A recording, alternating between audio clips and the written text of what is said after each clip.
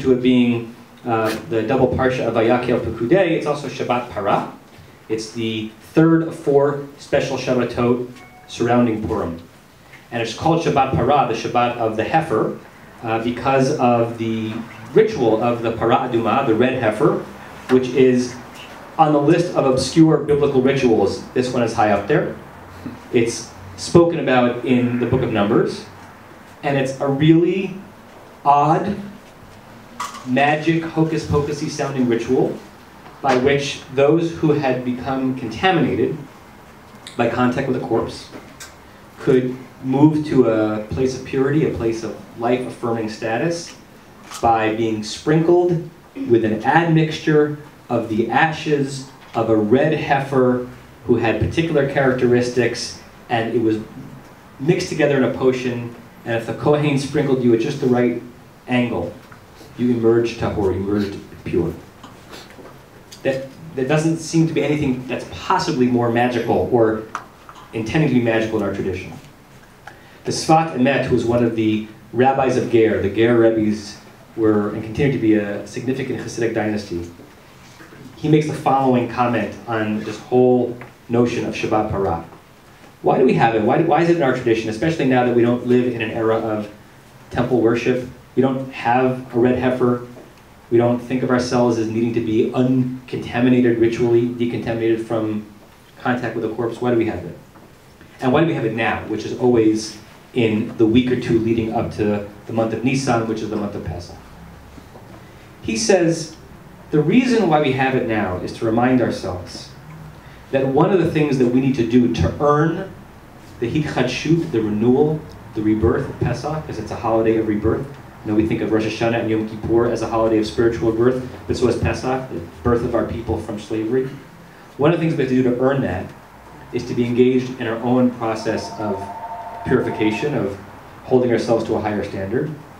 And we read about the Torah's initial approach to that process, reminded of a concept from the Talmud that says, Sh'adam ba l'taher, when a person comes to purify himself or herself, HaKadosh Baruch Hu Misayeya, the Holy One helps in the process.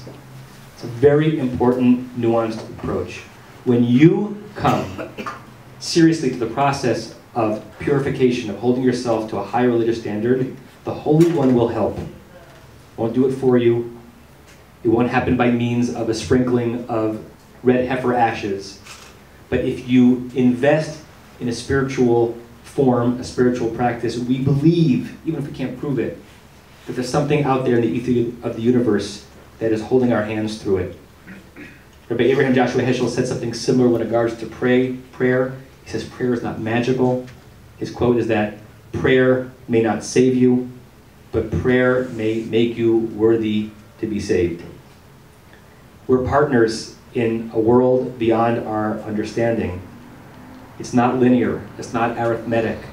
We don't generally pray assuming we're getting a specific answer, and we no longer engage in religion as magical. But it's something that is real and that exists, and it enriches our lives, and we want it to enrich our children's lives. That's what we're doing here. And that's what we're doing in modern Jewish life. That's what we're doing in serious modern Jewish life.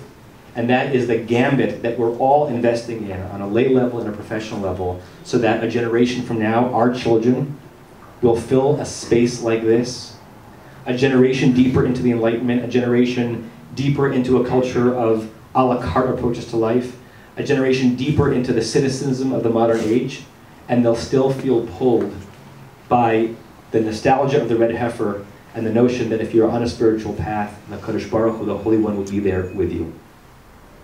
It sounds like a heavy thing to say on a relatively light night of gathering, but the reason why I mention it is that we bring this particular group of people together, representing young and emerging, burgeoning leadership in our community, who are not necessarily from the generation where being involved in religious life was an automatic.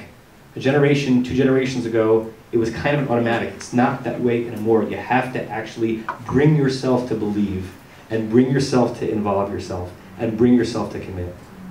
And so I say to you, my peers and my friends and members of my community, that I honor and celebrate your commitment to your own and to your children's Jewish paths, your commitment to be on a path towards believing that which is hard to believe, and to finding that sweet space between club and magic, and for giving what you give in so many ways to help us be an incubator for our kids' faith in a modern era, which is hard to incubate. But we're committed to it, we're devoted to it, and with your support, we'll continue to do it even more excellently next year and the year after that than we already do.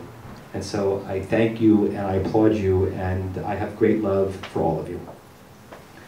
I also want to